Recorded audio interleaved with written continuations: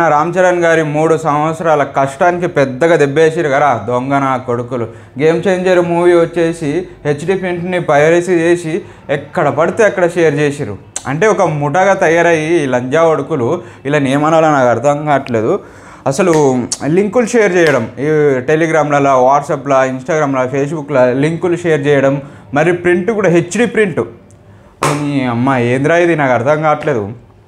మీకు విషయం చెప్పు అంటే ఇప్పుడు సినిమాకి గేమ్ చేంజర్ మూవీ సినిమా రిలీజ్కి ముందే అసలు స్టోరీ మొత్తం 2 రోజుల ముందే స్టోరీ ఎలా ఉంటుందో అనేది లీక్ చేసి పడేసారు. అంటే స్టోరీ అంటే ఫస్ట్ హాఫ్ ఎలా ఉండబోతుంది, ఇంటర్వల్ ఎలా ఉంటుంది, క్లైమాక్స్ ఏంటి, మొత్తం సినిమా స్టోరీ ఏందనేది రిలీజ్కి 2 రోజుల ముందరనే లీక్ చేసారు. రిలీజ్ తర్వాత హెచ్డి ప్రింట్నే దింపేసారు.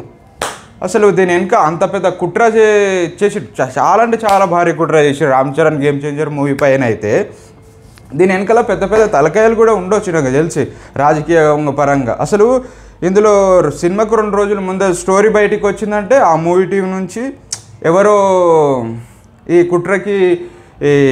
కుట్రలో పాల్పడి ఉండాలి, లేకపోతే ఈ క్రైబర్స్ నేరం చేసే కేటగాళ్ళకి హెల్ప్ చేసి ఉండాలి, లేకపోతే వీళ్ళిద్దరు కలిసి కుట్ర చేసి ఉండాలి. కాకపోతే ఇదంతా పక్కన పెట్టేస్తే రామ్ చరణ్ గారి మూవీ పైన అయితే భారీగా అంటే బస్సులలో చూసుకున్నట్టయితే సంక్రాంతి కూర్కెళ్ళే బస్సులలో కూడా గేమ్ చేంజర్ మూవీ హెచ్డి ప్రింట్ని వేస్తున్నారంట.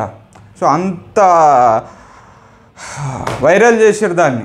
లింకులు వాట్సాప్లలో, టెలిగ్రామ్లో, ఫేస్బుక్లలో, ఇన్స్టాగ్రామ్లో, ఇంకొన్ని సోషల్ మీడియా యాప్స్లలో లింకులు షేర్ చేయడం, ఈ ట్విట్టర్లో సో మొత్తం వైరల్ చేసి వాడేసారు. ముందరనే రామ్ చరణ్ గారు నటించిన సినిమా గేమ్ చేంజర్ టాక్ ఏంటంటే అటు ఇటుగా ఉంది. అంటే జనాలకి అదేదో సినిమాలో ఉంటుంది కదా డైలాగ్, గాంధీ సినిమా ఇండియాలో 100 రోజులు ఆడదు, కడప కింగ్ అంది 100 days ఏదో డైలాగ్ ఉంటుందిగా, సేమ్ అలానే ఉంటుంది ఇది కూడా. కాకపోతే ఇందులో దగ్గర మూవీ టీం వాళ్ళకి ఫోన్ చేసి మళ్ళీ బెదిరిస్తూ ఉన్నారంట, ఇంత డబ్బు ఇస్తే బాగుంటుంది, లేకపోతే ఇప్పటికే చాలా చేసేసాం పైరవి, ఇంకా మొత్తం ఎక్కడ పడితే అక్కడ ఇంకా అసలు ఈ విషయంలో తగ్గేదేలే ఆగేదేలే అని చెప్పేసి ఫోన్ చేసి మూవీ టీం వాళ్ళకు కాల్ చేసి బెదిరిస్తూ ఉంటే ఈ మూవీ టీం వాళ్ళు వెళ్ళేసి సైబర్ క్రైమ్ పోలీసులకు ఫిర్యాదు చేస్తే వీళ్ళు పోలీసులు ఎంక్వైరీ చేస్తే దగ్గర 45 మంది దీని వెనకాల ఉన్నట్టు తెలిసింది. వాళ్ళ పేర్లు, కాంటాక్ట్ నెంబర్ అన్నీ తెలుసుకున్నారు. ఇప్పుడు ఈ నాకు దొంగ నా కొడుకులు ఎవరైతే 45 మెంబర్స్ పోలీసులు పట్టుకుంటున్నారో సో తెలిసిందో ఈ 45 మెంబర్స్ వీళ్ళు పలానా అని చెప్పేసి ఇప్పుడు వీళ్ళని తీసుకెళ్ళి గుద్ద మొత్తం చెక్ చేస్తారు పోలీసులు. సిగ్గుండాలి కదా అన్నం అంటే ఫస్ట్ టైం ఇలా జరగడం.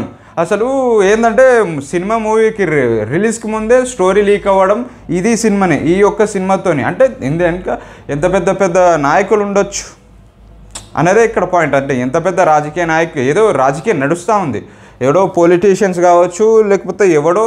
సో మొత్తానికైతే స్కామ్ అయితే జరిగింది ఈ movie leak, HD print. So దీని వెనకాల ఎంత పెద్దవారున్నా వదిలిపెట్టారు, గుద్ద మొత్తం చెక్ చేస్తారు.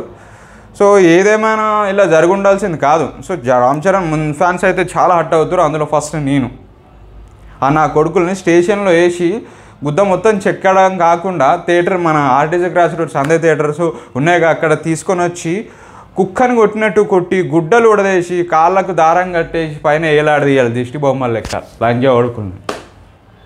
అప్పటికి కానీ బుద్ధి రాదు ఈ నాకు కొడుకులకి.